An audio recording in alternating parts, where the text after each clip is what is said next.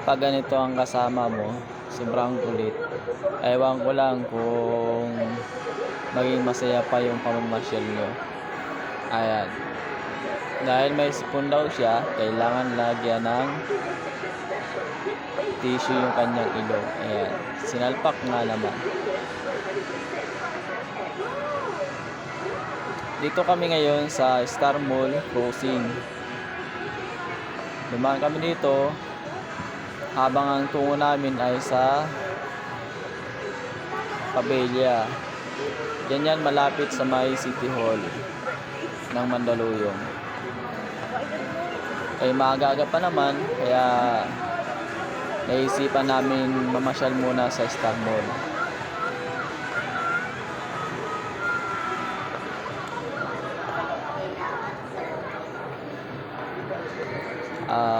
Wala pa rin pinagbago yung loob ng Star Mall kahit matagal-tagal na tayong hindi namamasyal dito. Kasi alam nyo na, sa Antipolo tayo nakatira. At kung pupunta man tayo ng Mandaluyong, hanggang sa bahay na tayo dun sa Mandaluyong. Hindi na tayo dumadaan kung saan.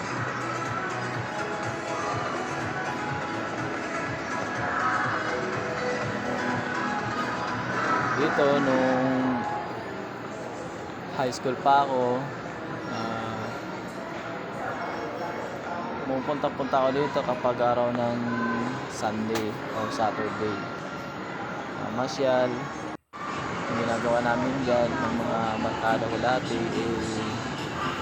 yung mga computer game dyan sa taas.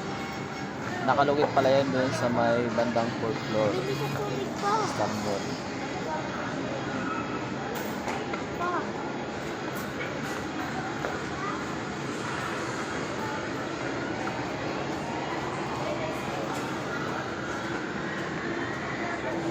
Yan nga ay papalabas na kami ng Star Mall kasi sasakay na tayo ng jeep.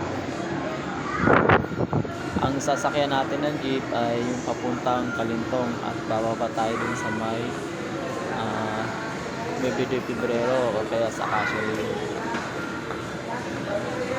Pagdating doon sa may Bebe Pebrero, meron naman diyang iMall. Yun sa may Acacia naman, yung pinagawang Jollibee dyan.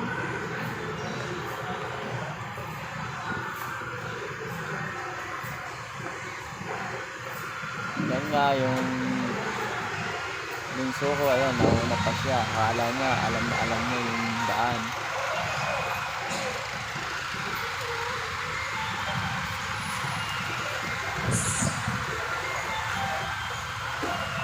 Dito sa Star Mall, hindi ka na mahihirapan mag-antay ng sasakyan mo kapag pauwi ka na, kasi pag lumabas ka ng building ng Star Mall, andyan na agad yung paradahan ng sasakyan. Yan nga, at mag-aantay pa tayo ng mga ibang pasahero dyan, kaya pagtingin mo, napakaluwag pa ng loob ng jeep.